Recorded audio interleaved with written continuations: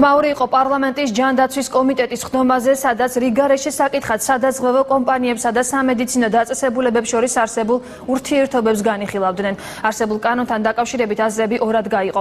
კობე დავითაშვილის განმარტებით უნდა გადაიხედოს სადაზღვევო კომპანიასა და სამედიცინო დაწესებულებებს შორის არსებული ურთიერთობა, რადგან კომპანიები მათზე დაკისრებულ ვალდებულებებს არ ასრულებენ.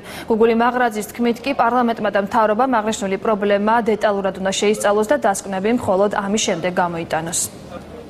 ეგ არის ორგანიზაციები, სადაზღვევო კომპანიები, რომლებიც პოლიტიკური განცხადებასაც გაუმივიდათ ეხლა, მაგრამ იგივეს გავიმეორებთ თქვენს წინაშე, რომლებიც არიან სააკაშვილის და მის გარემოცვის უახლოესი ახლობლები და ბიუჯეტში აქვთ ხელი ჩაყოფილი და კიდევ მიირთმევენ.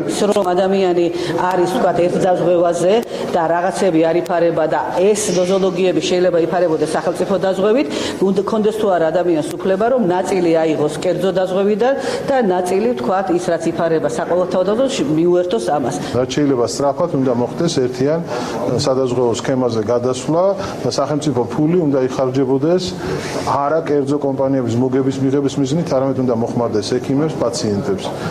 ყველა მოგებული დარჩება ამით სახელმწიფოც, ხალხიც, პაციენტიც, ექიმიც.